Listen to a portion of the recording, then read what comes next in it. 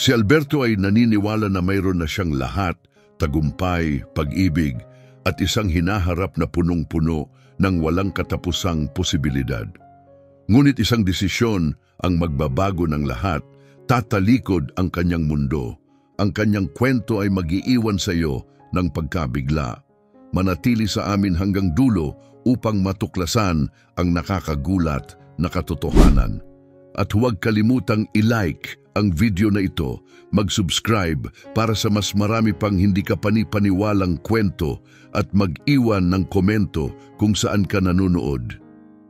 Sa isang maliit at lumanang apartment sa timog na bahagi ng Boston, ang mga pangarap ay kadalasang natutunaw bago pa man ito makalipad. Ngunit para kay Romina Perez at sa kanyang anak na si Alberto, ang payak na silid na ito ay higit pa sa isang tahanan. Ito ang kanilang kanlungan mula sa mapait na katotohanan ng mundo sa labas. Ang basag-basag na wallpaper, ang tumutulong gripo sa kusina at ang malamig na hangin na pumapasok sa mga bintana tuwing taglamig ay paalala ng kanilang matitinding pagsubok. Ngunit sa loob ng mga dingding na iyon, walang kapag-uran si Romina sa pagtiyak na hindi mararamdaman ni Alberto ang buong bigat ng kanilang kahirapan. 2 taong gulang pa lamang si Alberto nang umalis ang kanyang ama na si John Perez, iniwan silang mag-ina. Nakiusap si Romina kay John na manatili, hindi para sa kanya kundi para sa kanilang anak na masyado pang bata upang maunawaan ang nangyayari. Ngunit simple lang ang sagot ni John. Nagbalot siya ng kanyang mga gamit at nawala sa gabi ng Boston, hindi na lumingon pa. Mula noon, nagbago ang buhay ni Romina magpakailanman. Nangako siya sa sarili, siya ang magiging ina at ama ni Alberto, anuman ang mangyari. Araw-araw, bumabangon si Romina bago sumikat ang araw upang maghanda para sa kanyang trabaho bilang kahera sa isang maliit na grocery store. Pagmulat ng mata ni Alberto, nakahanda na ang kanyang agahan, karaniwang itlog at tinapay. Kahit pagod na pagod, lagi siyang may oras upang makausap ang anak at magbigay ng mga aral at pangaral. Alberto, madalas niyang sabihin sa malumanay, ngunit matibay na tinig, maaaring wala tayong maraming bagay. Pero hanggat magkasama tayo, mayroon tayong lahat ng kailangan upang magtagumpay sa mundong ito. Tahimik na pinakikinggan ni Alberto ang bawat salita, parang punong sumisipsip ng tubig. Bata pa siya, ngunit batid na niya kung gaano kasakit ang isinakripisyo ng kanyang ina para sa kanya. Minsan, iniisip niya kung bakit umalis ang kanyang ama. Kasalanan ba nila? Ngunit hindi kailanman nagsalita ng masama si Romina tungkol kay John. Sa halip, itinuro niya kay Alberto ang halaga ng sipag, kabaitan at katatagan. Habang lumalaki si Alberto, unti-unti niyang napansin ang kanilang kahirapan. Ang kanyang mga kaklase ay may bagong sapatos at pinakabagong gadget, samantalang siya ay nagsusuot ng lumang damit at may sirang bag. Ngunit sa halip na mahiya, ipinagmamalaki niya ang kanyang sitwasyon. Alam niya kung gaano kahirap ang kanyang ina para mabigyan siya ng maayos na buhay, kaya determinado siyang suklian ito. Isang hapon, 8 taong gulang siya noon, umuwi siya galing eskwela na umiiyak. Nasa kusina si Romina, naglilinis ng mesa nang marinig ang malakas na pagsara ng pinto. Paglingon niya, nakita niyang nakatayo si Alberto, namumugto ang mata. "Anak, anong nangyari?" tanong niya habang lumuhod sa harap nito. "Tinawag nila akong mahirap." Hikbi ni Alberto, mahigpit na hawak ang kanyang sirang bag. "Sabi nila, hindi raw ako magiging matagumpay kasi wala akong katulad ng sa kanila." Nangingilid ang luha sa mata ni Romina pero hindi siya nagpahalata. Mahinahon niyang hinawakan ang mukha ng anak at pinaharap ito sa kanya. "Pakinggan mo ako, Alberto," madiing sabi niya.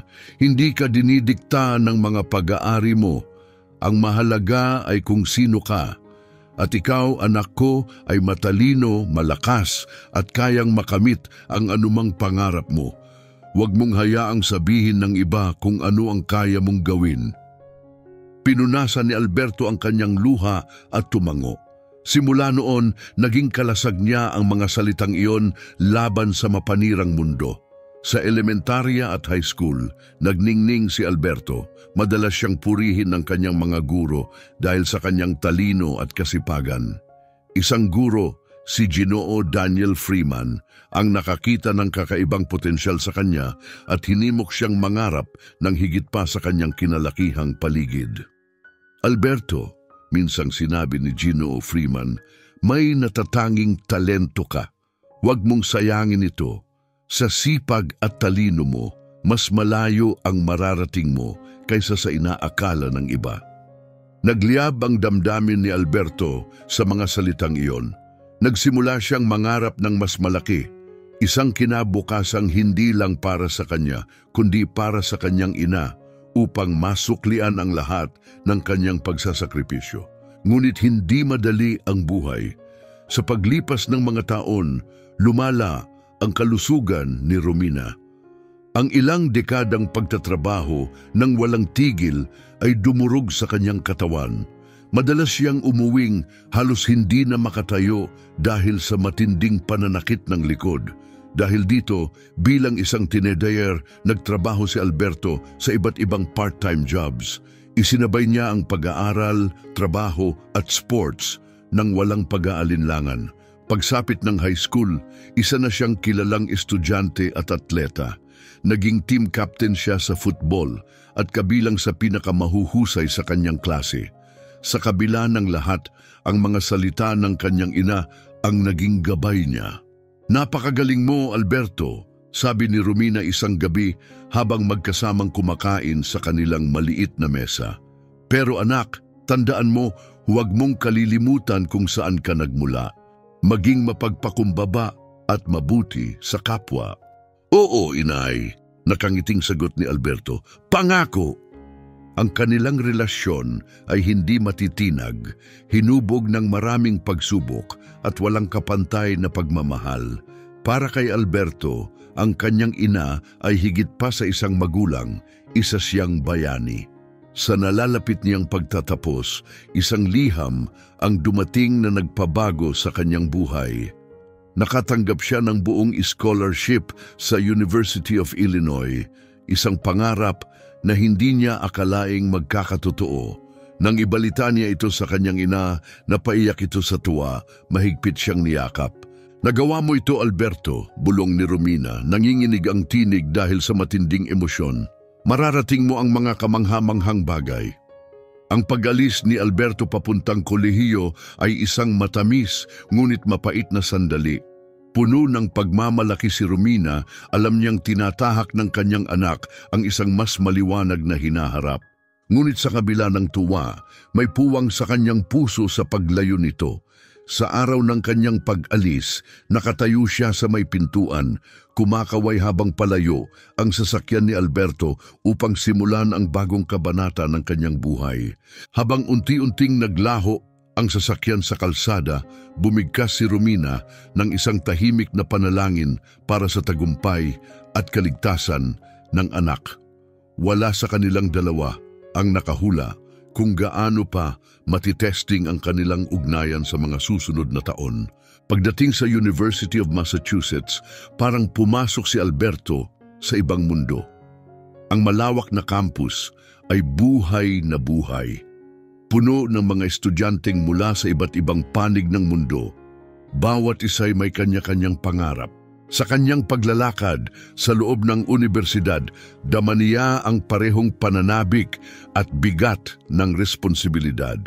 Dala niya ang lahat ng sakripisyo ng kanyang ina, determinado siyang gawin ang bawat oportunidad na dumating. Pinili niyang mag-major sa computer science, isang larangan na matagal na niyang kinahihiligan. Mabilis siyang nakilala ng kanyang mga propesor dahil sa kanyang kritikal na pag-iisip at husay sa paglutas ng mahihirap na problema. Madalas siyang lapitan ng mga kaklase para humingi ng tulong, humanga sila sa kanyang talino at dedikasyon. Ngunit kahit na matagumpay siya sa akademya, Hindi niya maiwasang maramdaman na hindi siya nababagay sa mundong ito. Lumaki siya sa kahirapan at madalas niyang ikumpara ang sarili sa mga kaklase niyang tila walang iniintending suliranin. Ngunit hindi niya hinayaan na pigilan siya ng damdaming ito. Alam niyang hindi lang niya hinahabol ang isang diploma, ginagawa niya ito upang masuklian ang lahat ng paghihirap ng kanyang ina. Habang ang ibang estudyante ay nag-i-enjoy sa mga party at campus events tuwing weekend, ginugugol ni Alberto ang kanyang mga gabi sa pag-aaral, pagkukode at pananaliksik sa pinakabagong teknolohiya. Hindi nagtagal, nagbunga ang kanyang pagsusumikap. Sa kanyang 2nd taon, nakakuha siya ng isang internship sa isang respetadong software company, isang mahalagang hakbang na nagbigay ng direksyon sa kanyang karera. Sa loob ng kumpanya, nagsikap siya ng husto, hinangaan ng kanyang mga supervisor dahil sa kanyang talento at sipag. Sa pagtatapos ng summer, nakapag-ambag siya sa isang malaking proyekto na kalaunay naging isa sa mga pangunahing produkto ng kumpanya. Dahil dito, inialok nila sa kanya ang posibilidad ng permanenteng trabaho matapos niyang magtapos. Bagamat labis ang kanyang kasiyahan sa oportunidad, muling nagpaalala ito ng lumalawak na distansya sa pagitan nila ng kanyang ina. Hindi na sila madalas mag-usap sa telepono, hindi dahil hindi mahalaga si Romina, kundi dahil patuloy siyang nilalamon ng trabaho at pag-aaral. "Kumusta ka, inay?" tanong niya tuwing sila ay nagkakausap. "Ayos lang ako, anak," sagot ni Romina sa kanyang karaniwang mahinahong tinig. "Isang araw sa bawat pagkakataon lang, huwag mo akong alalahanin, ituon mo ang pansin mo sa iyong mga pangarap." Alam ni Alberto ang tunay na kahulugan sa likod ng mga salitang ito. Miss na siya ng kanyang ina, ngunit ayaw nitong iparamdam sa kanya ang lungkot. Pagsapit ng kanyang huling taon sa kolehiyo, sinimulan ni Alberto ang pagbuo ng sarili niyang tech startup. Sa paghikayat ng kanyang mga propesor, pinagtuunan niya ng pansin ang isang ideyang matagal na niyang pinangarap. Isang app na magkokonekta sa mga freelancers at kliyente sa mga espesyalisadong larangan. Sa tulong ng isang maliit na grupo ng mga estudyanteng kapareho ng kanyang pananaw, inilunsad nila ang platform. Sa kanyang gulat, mabilis itong nakilala. Pinuri ng mga profesional sa industriya ang inobasyon ng kanyang proyekto at hindi nagtagal, napansin ito ng mga investors. Mabilis ang pag-angat ni Alberto. Sa kanyang pagtatapos bilang cum laude, nakakuha na ng malaking pondo ang kanyang startup na nagbigay sa kanya ng pagkakataong bumalik sa Boston at itayo ang kanyang kumpanya sa lumalagong tech hub ng lungsod. "Huwag kang mag-alala, inay. Pauwi na ako," sinabi ni Alberto kay Romina sa isang tawag. "Nakahanap ako ng opisina sa downtown. Maliit pa lang, pero simula na ito." Hindi maitago ang kasiyahan sa tinig ni Romina. "Napakagandang balita yan, anak. Sobrang proud ako sa iyo." Pagbalik ni Alberto, sinalubong siya ng kanyang ina ng may mahigpit na yakap at isang hapunan na punong-puno ng alaala. Pritong manok, collard greens at cornbread, ang kanyang mga paborito noong bata pa siya. Nag-usap sila ng buong gabi, binalikan ang kanilang nakaraan at pinangarap ang hinaharap. "Ang layo na ng narating mo," sabi ni Romina, namumuo ang luha sa kanyang mga mata. "Pero tandaan mo, anak, ang tagumpay ay hindi lang nasusukat sa yaman o posisyon. Ang mahalaga ay kung sino ka bilang tao at kung paano mo pinakikitunguhan ng iba." "Alam ko yan, inay," sagot ni Alberto ng taos puso. "Lahat ng ginagawa ko para sa iyo to. Hindi ko yun malilimutan." Ang pagbabalik ni Alberto sa Boston ay naging simula ng isang bagong yugto. Ngunit kasabay nito, dumating ang mga bagong hamon. Mas lalong naging abala siya sa pagpapatakbo ng kanyang kumpanya. Mga meeting sa investors, product development at pagkuha ng mga bagong empleyado. Dumagsa ang pressure pero hindi natinag ang kanyang determinasyon. Habang lumalaki ang kanyang negosyo, sumikat din si Alberto. Naging kinatawan siya ng isang bagong henerasyon ng tech innovators.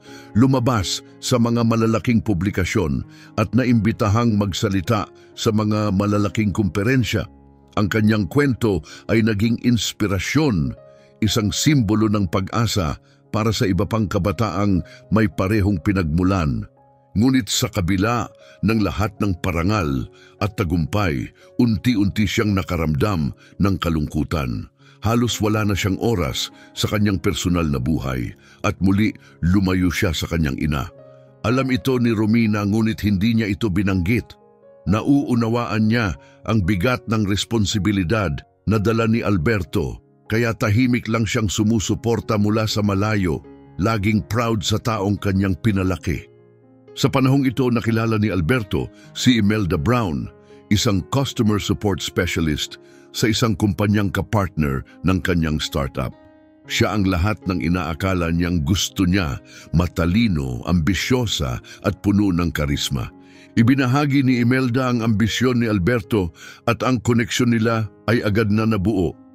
Matapos ang maraming taon ng pagtutok lamang sa kanyang karera, natagpuan ni Alberto ang sarili niyang naaakit sa kagandahan at enerhiya ni Imelda. Mabilis na namulaklak ang kanilang relasyon, lalo na't si Imelda ay may malaking interes sa kanyang kumpanya. Madalas siyang magbahagi ng mga ideya para sa pag-unlad at estratehiya. Itinakda ang sarili bilang hindi lang isang mapagmahal na kasintahan, kundi pati isang mahalagang tagapayo sa negosyo. Hinangaan ni Alberto ang kanyang talino. Naniniwala siyang natagpuan niya ang isang taong hindi lamang nauunawaan siya, kundi pati ang kanyang pangarap sa tagumpay. Ngunit hindi lahat ay kumbinsido sa tunay na layunin ni Imelda. Noong ipinakilala ni Alberto siya kay Romina sa isang hapunan, agad na naramdaman ng ina na may kakaiba. Magalang si Imelda, ngunit may distansya sa kanyang kilos. Ang kanyang mga ngiti ay tila hindi umaabot sa kanyang mga mata. Kinagabihan, maingat na ibinahagi ni Romina ang kanyang nararamdaman. Parang masyadong pinag-iisipan ng kilos niya, wika niya ng malumanay. Hindi ko sinasabing masama siyang tao, pero mag-ingat ka lang. Agad na ipinagsawalang bahala ni Alberto ang mga pangamba ng kanyang ina. Inay, hindi ganyan si Imelda. Naniniwala siya sa akin tulad mo, makikita mo rin. Ngunit hindi naalis sa isip ni Romina ang pakiramdam na higit pa sa pagkatao ni Alberto ang interes ni Imelda, na ang habol nito ay ang tagumpay niya. At habang lumalalim ang relasyon nila ni Imelda, unti-unting lumuwag ang ugnayan nila ng kanyang ina. Para kay Alberto, ang daan patungo sa tagumpay ay puno ng pagsubok at sakripisyo. Ngunit ngayon pa lang niya napagtanto ang personal na halaga ng kanyang mga pinili. Ang abalang lansangan ng downtown Boston ay parang salamin ng buhay ni Alberto, mabilis, puno ng pangangailangan at maraming abala. Sa gitna ng kaguluhang ito, pumasok sa kanyang mundo si Imelda Brown. Nagkita sila sa isang high-profile networking event na papalibutan ng mga negosyante, investors at mga leader sa industriya ng teknolohiya.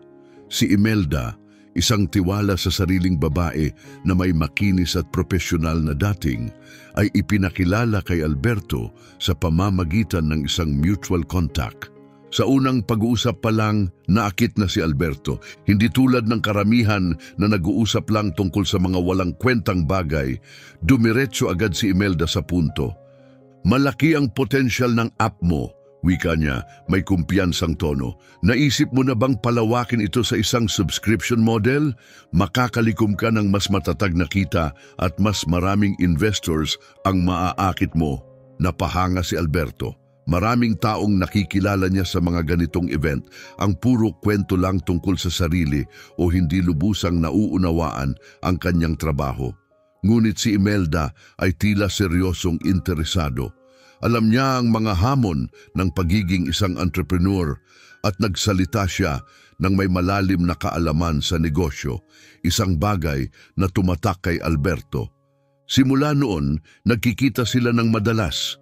Sa simula'y simpleng mga coffee meetups at mabilis ang lunch sa pagitan ng mga meeting ni Alberto, ngunit hindi nagtagal, naging mas malalim ang kanilang relasyon. Si Imelda ay hindi lamang isang kasosyo sa industriya. Tila nauunawaan niya ang mga pagsubok na hinaharap ni Alberto bilang isang batang itim na negosyante sa isang puting dominanting mundo ng teknolohiya. Kailangan mong magtrabaho ng dobleng hirap para lang mapantayan ang tingin ng iba sa iyo, wika niya isang gabi habang kumakain sila ng hapunan. Alam ko ang pakiramdam na yan, yung hinuhusgahan ka bago ka pa man magsalita. Tumama sa puso ni Alberto ang kanyang mga salita. Matagal na niyang pinapatunayan ng sarili sa mga lugar na madalas ay minamaliit siya. Ang pagkaunawa ni Imelda sa kanyang laban ay tila nagbigay sa kanya ng tinig na bihira niyang marinig sa iba. Dahan-dahan, ibinaba ni Alberto ang kanyang depensa, ibinabahagi ang mga bahagi ng sarili niyang bihira niyang sabihin kahit kanino. Habang mas lumalalim ang kanilang relasyon, napagdesisyonan niyang ipakilala si Imelda kay Romina. Inihanda niya ang isang hapunan sa apartment ng kanyang ina, sabik na ipakilala ang dalawang pinakamahalagang babae sa kanyang buhay. Maingat na inihanda ni Romina ang pagkain, ngunit hindi naging kasing ganda ang gabi tulad ng inaasahan ni Alberto. Parang hindi komportable si Imelda sa simpleng tahanan ng kanyang ina. Bagamat magalang siya, may hindi maipaliwanag na layo sa kanyang mga kilos. Napansin ni Romina ang pagtitig ni Imelda sa lumang pintura sa dingding o sa may kalumaan ng hapagkainan. Nang pag-usapan ni Alberto ang kanilang mga pinagdaanan noon, tila gusto ni Imelda baguhin ang paksa. Kinagabihan, tahimik na ibinulong ni Romina ang kanyang agam-agam. Anak, masaya ako para sa'yo, pero may nararamdaman akong hindi ko maipaliwanag. Para siyang masyadong pulido, masyadong nakatuon sa panlabas na bagay. Napakunot ang noo ni Alberto. Inay, iniisip mo lang yan. Sinusuportahan ako ni Imelda, naniniwala siya sa ginagawa ko. Hindi porket iba siya sa nakasanayan mo ay may masama na siyang intensyon. Alberto, hindi ko sinasabing masama siyang tao. Sagot ni Romina ng maingat. Ang sinasabi ko lang, mag-ingat ka. Hindi lahat ng pumapasok sa buhay mo ay may mabuting layunin. Ngunit hindi pinansin ni Alberto ang kanyang babala. Para sa kanya hindi patas ang panghuhusga ng kanyang ina kay Imelda. Wala itong pinakitang masama. Sa katunayan, palagi niyang tinutulungan si Alberto sa pagbuo ng estratehiya, sa pagpupulong ng investors at sa pagpapalago ng kanyang kumpanya. Ngunit habang lumilipas ang panahon, nagsimulang lumitaw ang mga maliliit na babala. Mas malaki ang interes ni Imelda sa negosyo ni Alberto kaysa sa kanyang personal na buhay. Palagi niyang pinag-uusapan ang mga plano sa pagpapalawak, mga bagong investors at growth strategies, ngunit bihira niyang ipakita ang interes sa pinagmulan at pamilya ni Alberto. Kapag nagkukwento si Alberto tungkol sa sakripisyo ng kanyang ina, madalas siyang lumihis ng usapan pabalik sa negosyo. Bulag sa kanyang pagmamahal, hindi pinansin ni Alberto ang mga palatandaang ito. Nakita niya ang ambisyon ni Imelda bilang salamin ng kanyang sariling determinasyon. Sa isip niya, magkasama silang aabot sa tuktok, isang power couple na walang makapipigil. Ngunit hindi tunay na dalisay ang intensyon ni Imelda. Habang hinahangaan niya ang talino at sipag ni Alberto, ang tunay niyang habol ay ang kayamanan at impluwensyang dala ng kanyang tagumpay. At determinado siyang siguruhing may lugar siya sa mundong iyon kahit na mangailangan ito ng panlilinlang sa lalaking nagtiwala sa kanya. Dumating ang unang pagsubok ng kanilang relasyon nang iharap ni Imelda kay Alberto ang isang malaking business proposal, isang venture na nangangailangan ng malaking puhunan mula mismo sa kumpanya ni Alberto. Naniniwala ako sa ideyang ito, sabi ni Imelda, ang kanyang tinig ay makinis at mapanghikayat. at naniniwala ako sa atin. Ito na ang pagkakataon nating lumikha ng isang bagay na tunay na revolusyonaryo. Nag-atubili si Alberto, pinagkakatiwalaan niya si Imelda, ngunit hindi niya maalis ang kaba sa paglalagay ng kanyang kumpanya sa alanganin. Hindi sigurado sa kanyang gagawin, bumaling siya sa nag-iisang taong hindi pa kailanman nagkamali sa kanyang payo, ang kanyang ina. Inay, gusto ni Imelda na magsimula kami ng negosyo ng magkasama, paliwanag niya sa telepono. Maganda ang konsepto niya, pero hindi ko alam kung tama itong hakbang. Hindi nag-atubili si Romina. Alberto, huwag mong pagsamahin ang negosyo at relasyon. Madalas, hindi yan nagtatapos ng maayos. Kung kasing ganda ng sinasabi niya ang ideyang yan, dapat kaya niyang makahanap ng sarili niyang investors? Napabuntong hininga si Alberto. Ibig mong sabihin, hindi ko siya dapat pagkatiwalaan? Ang sinasabi ko, madiing sagot ni Romina, ay protektahan mo ang itinayo mo. Pinaghirapan mo ito ng sobra para lang ipagsapalaran. Isinapuso ni Alberto ang payo ng kanyang ina at napagpasyahan niyang ipagpaliban muna ang desisyon. Umaasa siyang sa paglipas ng panahon, mas lilinaw ang kanyang isipan. Ngunit hindi natuwa si Imelda sa desisyong ito. Sinumbatan siya nito na parang hindi siya pinagkakatiwalaan at kinuwestiyon ang kanyang dedikasyon, hindi lang sa negosyo, kundi pati sa kanilang relasyon. Ang kanilang pagtatalo ay nag-iwan kay Alberto ng matinding pagkalito. Naipit siya sa pagitan ng kanyang katapatan sa kanyang ina at ang kagustuhang mapanatili ang relasyon kay Imelda. Habang lumilipas ang mga linggo, lalong lumala ang tensyon sa pagitan nila. Lalong naging mapilit si Imelda tungkol sa kanilang joint venture, habang si Alberto naman ay lalong naging maingat. Unti-unting humina ang matibay nilang koneksyon at nagsimulang pagdudahan ni Alberto kung ang kanilang relasyon ba ay tunay na nakabatay sa pag-ibig o sa magkaparehong ambisyon lamang. Mula sa malayo, nararamdaman ni Romina ang bigat ng kanyang pangamba. Gusto niyang protektahan ang kanyang anak mula sa pagkakamali, ngunit alam din niyang may mga aral na kailangang matutunan mismo ni Alberto. Ang magagawa lang niya ay maghintay at umasa na makikita nito ang katotohanan bago pa mahuli ang lahat. Isang gabi, nakaupo mag-isa si Alberto sa kanyang modernong opisina, nakatanaw sa Boston skyline. Ang papalubog na araw ay nagpinta ng gintong liwanag sa lungsod, isang paalala ng lahat ng kanyang pinaghirapan.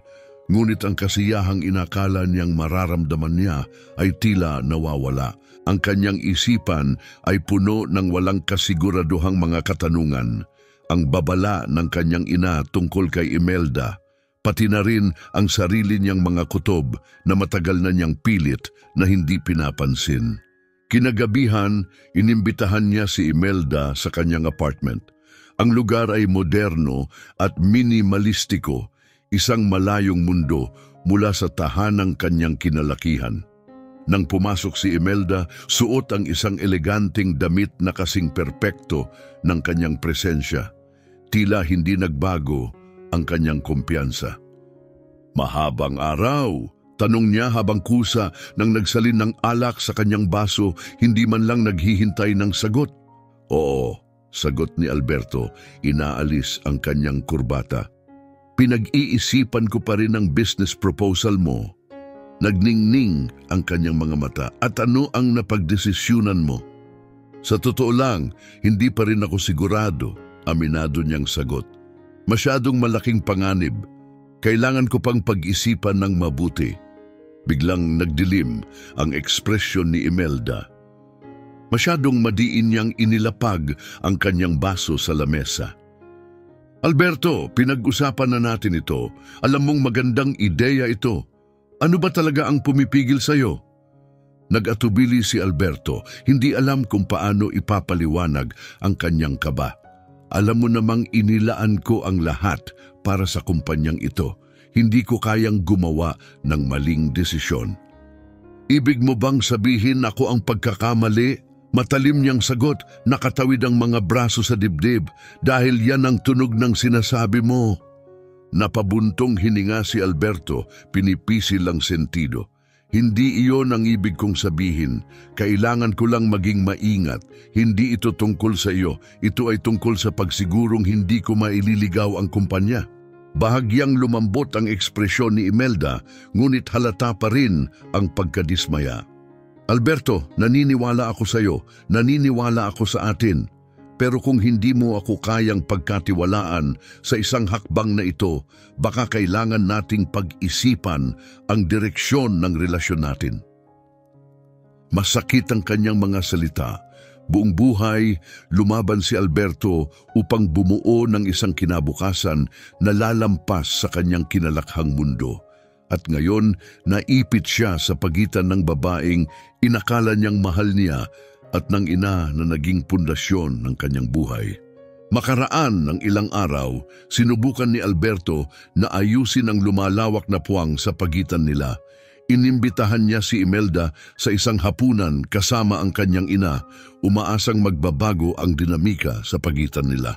Bagamat hindi kumbinsido, pumayag si Romina, ngunit hindi pa rin naalis ang kanyang pangamba. Mula sa simula, ramdam ang awkwardness sa hapunan. Sinubukan ni Romina na makipagkwentuhan kay Imelda, ngunit ang mga sagot nito ay maigsi at malamig. Napansin ni Alberto ang pag-aalalang postura ng kanyang ina at ang pilit nitong ngiti, ngunit pinili niyang balewalain ito, nagsisikap na panatilihing maayos ang gabi. Inay, maraming magagandang ideya si Imelda para sa kumpanya, sabi ni Alberto, pilit na pinapalakas ang loob ng usapan. Maganda yan, sagot ni Romina, mahinahon ngunit may bigat ang tono. Sigurado akong pinag-isipan niya ito ng husto. Ngumiti si Imelda, ngunit hindi ito umabot sa kanyang mga mata. Oo naman, ang tagumpay ay tungkol sa pagsusugal sa tamang pagkakataon, hindi ba? Tumango si Romina, hindi inaalis ang tingin kay Imelda. Tama yan, pero minsan, mas mahalaga ang pakiramdam ng isang tao kaysa anumang kalkuladong risk. Hindi nakalagpas kay Imelda ang totoong kahulugan sa likod ng mga salita ni Romina. Bahagyang nanigas ang kanyang katawan, halatang hindi natuwa. Naramdaman ni Alberto ang biglaang pagbabago ng enerhiya, kaya mabilis niyang ibinaling ang usapan sa ibang bagay, ngunit nasira na ang mood ng hapunan. Matapos umalis ni Imelda, nanatili si Alberto upang tumulong sa pagliligpit. Makapal ang katahimikan sa pagitan nila, puno ng mga salitang hindi pa naibubulalas. Sa huli, si Romina ang bumasag sa katahimikan. Alberto, malumanay niyang sinabi, alam kong mahalaga siya sa iyo, pero hindi ko maiwasan ang pakiramdam na hindi siya kung sino ang gusto niyang palabasin. Napatigil si Alberto, mahigpit na nakakapit sa gilid ng countertop. Inay, hindi mo siya kilala tulad ng pagkakakilala ko sa kanya. Alam ko na ang sapat, sagot ni Romina ng marahan. Nakikita ko kung paano siya tumingin sa iyo sa tagumpay mo. Ayaw ko lang na masaktan ka. Humarap si Alberto sa ina, kita sa kanyang mga mata ang pagpipigil ng inis. Inay, naiintindihan ko na gusto mo akong protektahan, pero sana naman pagkatiwalaan mo ako. Hindi na ako bata. Kaya ko nang alagaan ang sarili kong buhay. Hindi ko sinasabing hindi mo kaya, sagot ni Romina. May halong kirot ang kanyang tinig. Gusto ko lang na maging maingat ka. Ang dapat ay isang simpleng pag-uusap ay nauwi sa isang matinding pagtatalo. Sinisi ni Alberto ang kanyang ina sa pagiging masyadong mapanghimasok at hindi matanggap ang kanyang mga desisyon. Binalaan naman siya ni Romina na madalas pinapalabo ng pag-ibig ang ating paningin sa katotohanan. Nang umalis si Alberto ng gabing iyon, parehong nayanig ang kanilang damdamin. Ang malalim nilang ugnayan ay ngayon lang kailanman naging ganito kahirap. Sa mga sumunod na linggo, ibinaon ni Alberto ang sarili sa trabaho, iniiwasan ang mga tawag ng kanyang ina.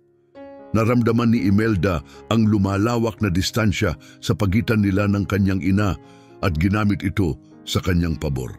Lalo niyang hinila si Alberto palapit sa kanya, hinihimok siyang gawin ang desisyong matagal niyang iniwasan. Minsan, kailangan mong sumugal para lumago, wika ni Imelda isang gabi habang magkasama sila sa kanyang apartment. Ito ang pagkakataon nating bumuo ng isang bagay na kamangha-mangha, Alberto. Huwag mong hayaang pigilan ka ng takot. Tumango si Alberto bagamat may bumabagabag pa rin sa kanya. Kinabukasan, pinirmahan niya ang mga dokumento, pinagsama ang bahagi ng kanyang kumpanya sa negosyo ni Imelda. Isang desisyong magpapabago ng lahat sa paraang hindi pa niya nakikita. Habang ang lahat ay nangyayari, si Romina ay nanatiling tahimik ngunit puno ng pangamba. Hindi niya maalis ang pakiramdam na may mali, ngunit wala siyang magawa kundi umasa na ang kanyang anak ay mamumulat bago mahuli ang lahat. Ngunit isang umagang tahimik, isang tawag ang bumasag sa katahimikan. Nakaupo si Romina sa lamesa ng kusina, iniinom ang kanyang kape habang binubuklat ang lumang photo album ni Alberto noong bata pa ito. Nagring ang telepono, isang hindi pamilyar na numero, napakunot ang kanyang noo, nakaramdam ng biglang kaba sa kanyang dibdib. "Hello?" Sagot niya nag-aalangan. "Mrs. Perez, ito po si Detective Miller mula sa Boston Police Department." Isang lalaking boses ang narinig niya sa kabilang linya. Pormal ang tono, ngunit ramdam ang bigat sa kanyang tinig. "Tumawag po ako upang ipaalam sa inyo na ang inyong anak, si Alberto Perez, ay pumanaw na." Nanigas si Romina. Hindi iyon maaaring totoo," nauutal niyang sagot. Siguradong may pagkakamali. "Paumanhin po, ma'am," sagot ng investigador, maingat ang kanyang tono.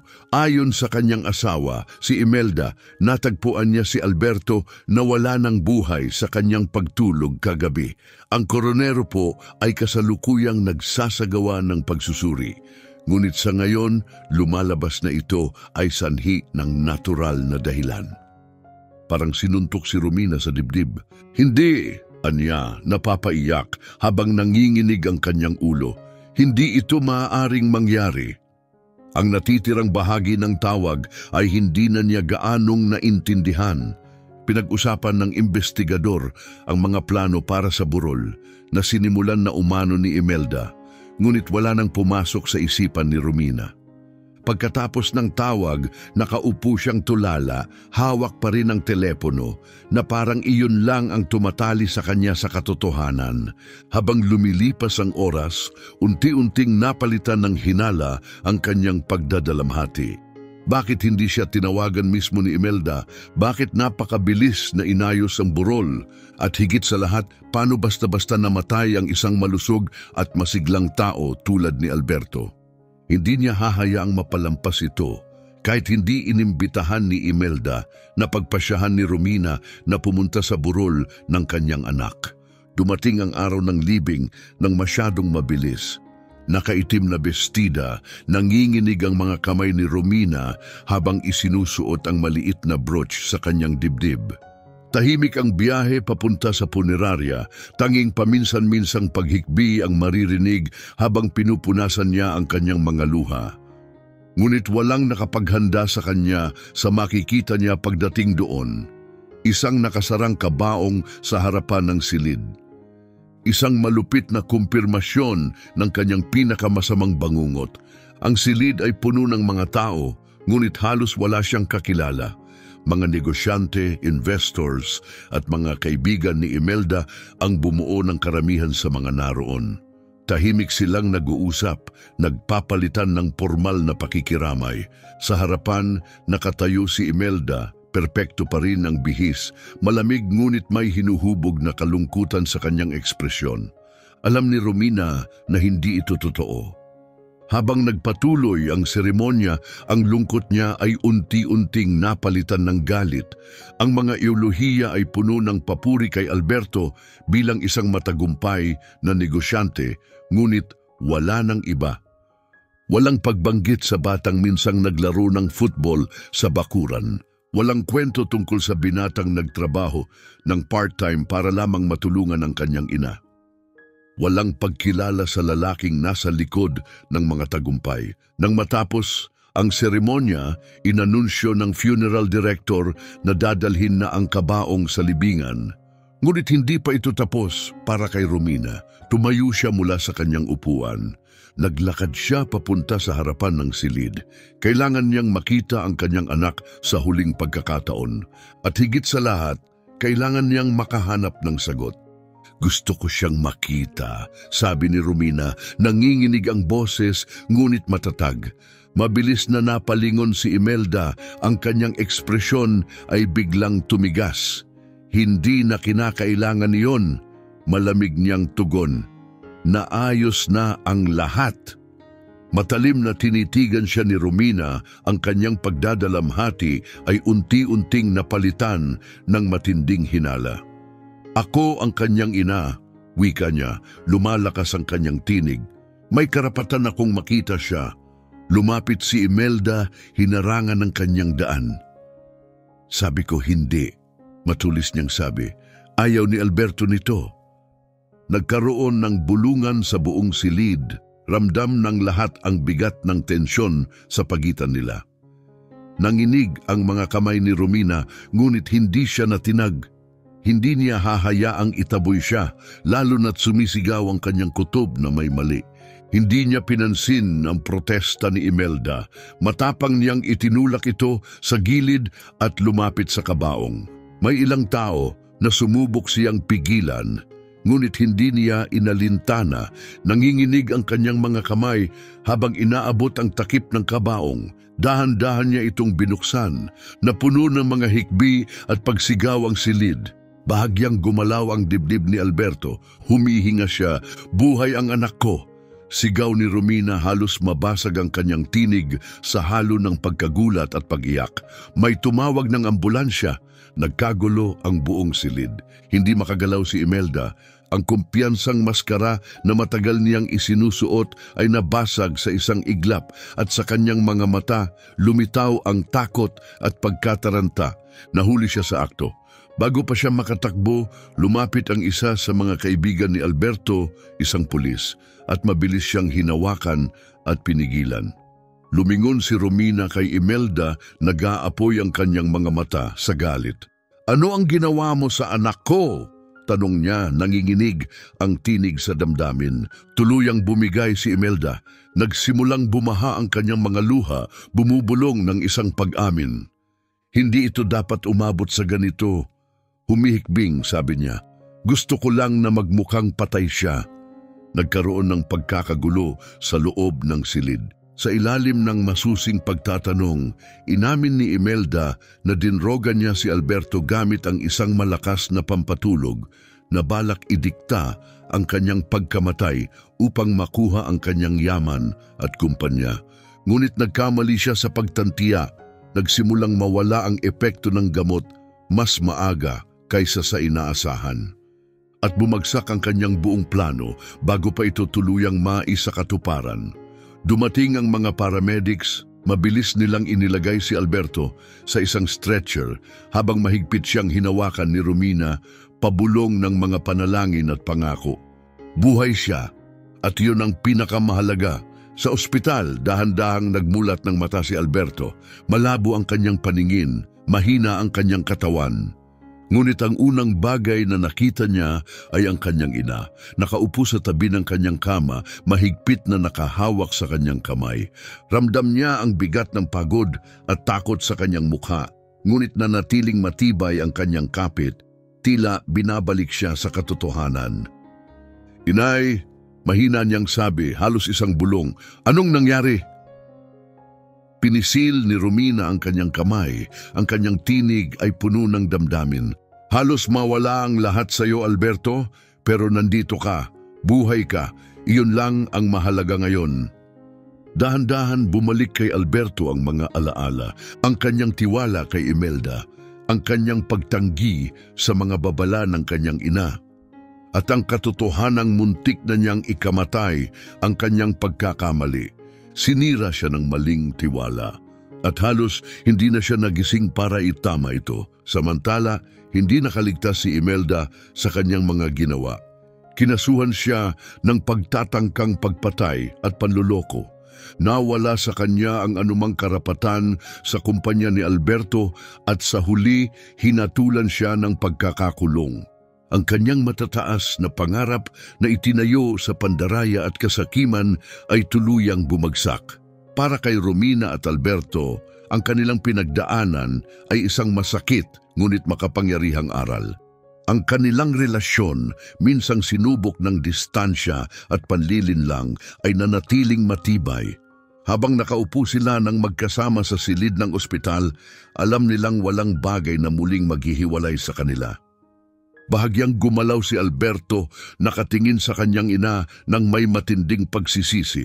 "Inay," mahina niyang sabi, puno ng emosyon, "patawarin mo ako." Umiling si Romina, banayad na hinaplos ang kanyang noo. "Wala kang kailangang ipagpaumanhin, anak. Ligtas ka na. Iyon lang ang mahalaga." Ngunit hindi pa tapos si Alberto. "Dapat nakinig ako sa iyo, inay." Bulong niya, ramdam ang bigat ng kanyang pagkakamali. "Dapat pinaniwalaan kita." Ngumiti si Romina sa kabila ng kanyang luha. Ang kanyang pagmamahal kay Alberto ay mas malakas pa sa kahit anong pagsubok. "Ang mahalaga ngayon ay may pangalawang pagkakataon ka," mahina, ngunit may katiyakang sagot niya, "at hindi mo na kailangang harapin ito ng mag-isa." Mas humigpit ang kapit ni Alberto sa kamay ng kanyang ina. Bagamat mabigat ang kanyang puso sa pagsisisi, puno rin ito ng pasasalamat. Nabigyan siya ng isa pang pagkakataon para bumangon, para maghilom at para hindi na kailanman baliwalain ang nag-iisang taong hindi siya kailanman iniwan. At sa pagkakataong ito, hindi na niya ito ipagpapalit sa iba. "Napakatanga ko." Mahina at puno ng pagsisisi na bulong ni Alberto, "Dapat nakinig ako sa iyo." Hinawakan ni Romina ang kanyang kamay, matatag ngunit puno ng pagmamahal ang kanyang kapit. "Hindi ka tanga, Alberto. Malumanay ngunit matibay ang kanyang tinig. Gusto mo lang makita ang kabutihan sa kanya, hindi kahinaan ang magtiwala. Pero dapat mong tandaan kung sino talaga ang nasa panig mo." Napakuyom ang kamao ni Alberto, bumalik sa kanyang isip ang bawat sandali, ang bawat desisyong humantong sa kanyang muntikang pagbagsak. Pinapasok niya si Imelda sa kanyang buhay, sa kanyang negosyo, at binaliwala ang lahat ng babala. Nasa harapan niya ang katotohanan noon pa man, ngunit bulag siya sa pagmamahal at ambisyon. Isang katok sa pinto ang bumasag sa katahimikan. Pumasok si Detective Miller, seryoso ang ekspresyon, ngunit mahinahon. May hawak siyang isang folder sa ilalim ng kanyang braso. Tumango siya ng magalang kay Romina bago bumaling kay Alberto. "Ginoo Perez, mabuti at gising ka na," anya. "Nais kong bigyan ka ng update tungkol sa investigasyon." Bahagyang umayos ng upo si Alberto, pilit nilalabanan ang panghihina ng kanyang katawan. Mabilis namang inalalayan siya ni Romina, inaayos ang kanyang unan, ang kanyang pagiging isang protektibong ina ay hindi nawala kahit kaunti. "Ano ang mangyayari kay Imelda?" tanong ni Alberto. Malamig ngunit may halong galit ang tinig. Umupo si Detective Miller sa isang silya malapit sa kama, inilapag ang folder sa mesa. "Naaresto na si Imelda Brown," diretsong sagot niya. "Mayroon siyang kinakaharap na maraming kaso, pagtangkang pagpatay, pandaraya at pakikipagsabwatan. Sa ilalim ng investigasyon, inamin niya ang lahat." Napakuyom ang mga kamay ni Romina, ramdam ang galit na namumuo sa kanyang dibdib. "Inamin niya?" matalim niyang tanong. "Talagang inamin niya?" Tumango ang investigador. "Oo ma'am, inamin niya na dinroga niya si Ginoo Perez ng mataas na dosis ng pampatulog, may balak na gawing peke ang kanyang pagkamatay upang makuha ang kanyang mga ari-arian. Ngunit nagkamali siya sa pagtantiya sa epekto ng gamot at bumagsak ang kanyang plano nang ikaw mismo ang pumagitna." Napahigpit ang hawak ni Alberto sa kumot. Pinaglaruan lang siya ni Imelda. Lahat ng sandali nilang magkasama, lahat ng pangakong binitiwan nito, walang isa man ang totoo. Wala siyang halaga kay Imelda, isa lamang siyang tulay patungo sa yaman at kapangyarihan na gustong angkinin nito. Ano ang susunod na mangyayari? Tanong niya, may lamig sa boses. Napakalakas ng ebidensya laban sa kanya, sagot ni Detective Miller. Bukod sa kanyang pag-amin, natagpuan namin ang mga dokumentong nagpapatunay na tinangkan niyang ilipat ang iyong assets sa mga account na nakapangalan sa kanya. Kung magbibigay ka ng testimonya, masisiguro nating haharapin niya ang buong bigat ng batas. Nagtagpo ang tingin ni na Alberto at Romina. Alam niya ang sagot. Magpapatotoo ako, walang pag-aalinlangang sagot ni Alberto. Kailangan niyang pagbayaran ang ginawa niya. Marahang hinaplos ni Romina ang kanyang balikat. Ang kanyang presensya ay parang isang matibay na haligi na hindi kailanman gumuho sa kanyang tabi. Malalagpasan natin ito, anak, aniya ng mahina, ngunit puno ng katiyakan. Magkasama tayo. Matapos ang ilang linggo, unti-unting bumalik ang lakas ni Alberto. Sa panahong iyon, hindi siya iniwan ni Romina kahit isang saglit. Sa bawat pag-usad ng kaso laban kay Imelda, lalo niyang naunawaan ang bigat ng kanyang pagkakamali at ang halaga ng pangalawang pagkakataon. Sa araw ng paglilitis, tumayo si Alberto sa hukuman upang magsalita. Isinalaysay niya ang katotohanan, ang panlilinlang, ang pagtataksil at ang halos ikamatay niyang pagkakamali sa pagtitiwala sa maling tao. Sa buong paglilitis, nakaupo si Romina sa harapan, hindi bumibitaw ng tingin sa kanyang anak. Isang tahimik ngunit matibay na presensya ng pagmamahal at suporta. Nang basahin ang hatol, guilty sa lahat ng kaso, pakiramdam ni Alberto ay tuluyang siyang nakahinga ng maluwag. Si Imelda ay sinentensyahan ng 20 taon sa kulungan, walang posibilidad ng parol sa loob ng 15 taon. Ang kanilang bangungot ay tuluyan ng natapos. Pagkalabas nila ng korte, napapalibutan sila ng mga reporter at cameramen, ngunit hindi iyon ang mahalaga kay Alberto. Tinignan niya ang kanyang ina, ang babaeng hindi kailanman bumitiw sa kanya. Salamat, inay, aniya, puno ng emosyon ang kanyang tinig. Sa lahat ng bagay. Ngumiti si Romina, mahigpit siyang niyakap. Palagi, anak, bulong niya, palagi. Sa mga sumunod na linggo, bumalik si Alberto sa kanyang kumpanya, ngunit may bagong layunin. Hindi na lang pera o tagumpay ang habol niya. Gusto niyang magtayo ng isang pundasyon, isang organisasyong tutulong sa mga batang nangangarap, ngunit walang sapat na oportunidad. At sa tulong ni Romina, sinimulan niya itong itayo. Sa araw ng paglulunsad ng kanilang proyekto, tumayo si Alberto sa harapan ng napakaraming tao, kasama ang kanyang ina sa unang hanay ng mga upuan.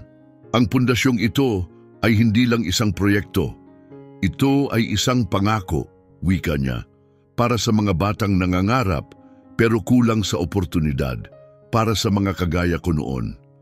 At ang inspirasyon ko, siya ang nasa harap ninyo ngayon, ang aking ina. Umalingaw-ngaw ang palakpakan. Tumulo ang luha ni Romina, ngunit ito ay luha ng pagmamalaki. Habang tinitingnan ni Alberto ang mga kabataang nakikinig sa kanya, alam niyang ito ang tunay niyang misyon. Hindi lamang bumangon mula sa pagkakamali, kundi gumawa ng mas malaking pagbabago para sa iba. Hinawakan niya ang kamay ng kanyang ina. Salamat sa hindi mo pagsuko sa akin, inay, bulong niya. Salamat sa walang hanggang pagmamahal mo. Ngumiti si Romina, ang kanyang mata ay puno ng liwanag. Palagi, Alberto, sagot niya ng may pagmamahal, palagi. Marahang ipinatong ni Romina ang kanyang kamay sa pisngi ni Alberto, ang kanyang tingin ay nag-uumapaw sa pagmamahal. Alberto, ikaw ang pinakamalaking ipinagmamalaki ko. Ang makita kang lumaki at maging taong katulad mo ngayon ay ang pinakadakilang kagalakan sa buhay ko. Ang malamig na simoy ng gabi ay bumalot sa kanila habang magkasabay silang naglakad. ang mga ilaw ng lungsod ay tila naglatag ng 100 patungo sa hinaharap. Pinagdaanan nila ang sakit, pagtataksil at pagkawala, ngunit sa kabila ng lahat ng iyon, sila ay lumabas na mas matatag. Ang kanilang ugnayan, sinubok ngunit hindi nasira, ay patunay na ang pagmamahal, katatagan at pamilya ay kayang lampasan kahit ang pinakamadilim na pagsubok. Anuman ang darating sa kanila, haharapin nila ito ng magkasama. Tung ito at nakapagdulot ito sa iyo ng matinding damdamin, huwag kalimutang i-like ang video na ito at i-share ito sa iyong mga kaibigan. Mag-subscribe sa aming channel para sa higit pang makapangyarihan at nakakabagbag damdaming kwento. Gusto rin naming marinig ang iyong opinyon. Ano ang gagawin mo kung ikaw si Alberto? Ilagay ang iyong sagot sa mga komento sa ibaba at sabihin sa amin kung saan ka nanonood mula. Makikita namin kayo sa susunod na video.